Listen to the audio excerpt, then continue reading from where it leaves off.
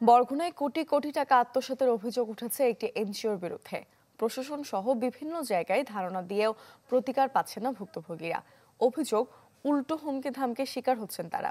টাকার বিষয়ে কোনো সদুত্তর নেই এনজিও কর্তৃপক্ষের, যদিও তদন্ত করে ব্যবস্থা নেওয়ার আশ্বাস দিয়েছে জেলা প্রশাসক। দেশ জুড়ে তোলপাড় ওয়ালটন ফ্রিজ কিনে আপনিও হয়ে যেতে পারেন মিলেনিয়ার। বরগুনার স্থানীয় বেসরকারি উন্নয়ন সংগঠন রিসোর্স ডেভেলপমেন্ট ফাউন্ডেশন RDF প্রাথমিক ও গণশিক্ষা মন্ত্রণালয়ের অধীনে ঝরে পড়া শিশুদের শিক্ষা প্রোগ্রামে কাজ শুরু করে 2022 সালের 13 জানুয়ারি থেকে। এই প্রকল্পের আওতায় 4 উপজেলা ও 3 পৌরসভায় 420টি কেন্দ্রে একজন করে শিক্ষক নিয়োগ দেওয়া হয়, ভাড়া নেওয়া হয় বাড়িও। অভিযোগ, চুক্তিপত্র থাকা সত্ত্বেও 3 বছরে 1 টাকাও বাড়ি ভাড়া দেয়নি প্রতিষ্ঠানটি, অঙ্কে যার পরিমাণ 2,26,80,000। আর শিক্ষকদের 6 মাসের বেতন বকেয়া 1,26,00,000 টাকা। কেন্দ্র রক্ষণাবেক্ষণ ব্যয় বাবদ 55,44,000 টাকা সহ মোট 4,08,24,000 টাকা আত্মসাতের অভিযোগ উঠেছে RDF এর বিরুদ্ধে। রয়েছে শিক্ষা উপকরণ, পরিষ্কার পরিচ্ছন্নতা বাবদ এককালীন বরাদ্দের টাকা সঠিকভাবে খরচ না করার অভিযোগও।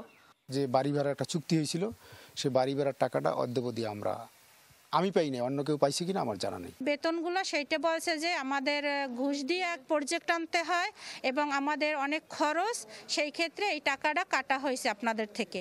বেতন দেয় না, যখন আমরা এইসব করি তখন আমাদের হুমকি ধামকি দেয়।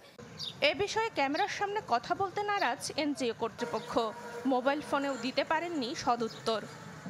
মিছিল হয়ে গেছে, কিন্তু রান্নার কোনো ঝামেলা নাই।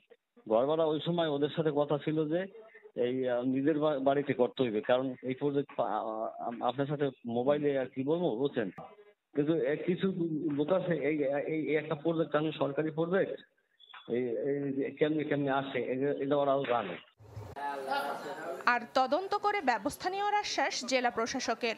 তাদেরকে বলেছি এই বিষয়টি তারাও তদন্ত করে যদি কোনো গাফিলতি থাকে মীমাংসা করতে, পাশাপাশি আমাদের অতিরিক্ত জেলা প্রশাসক শিক্ষা আইসিটিকে এই বিষয়ে তদন্ত করে প্রতিবেদন দাখিলের জন্য বলেছি। তা আমরা প্রতিবেদন পাওয়ার পরে আমরা সংশ্লিষ্ট মিনিস্ট্রিকে এই বিষয়ে অবহিত করব। 3 বছরের এই প্রকল্পের মেয়াদ শেষ হয়েছে 2024 সালের 31 ডিসেম্বর। Desk report, channel 24।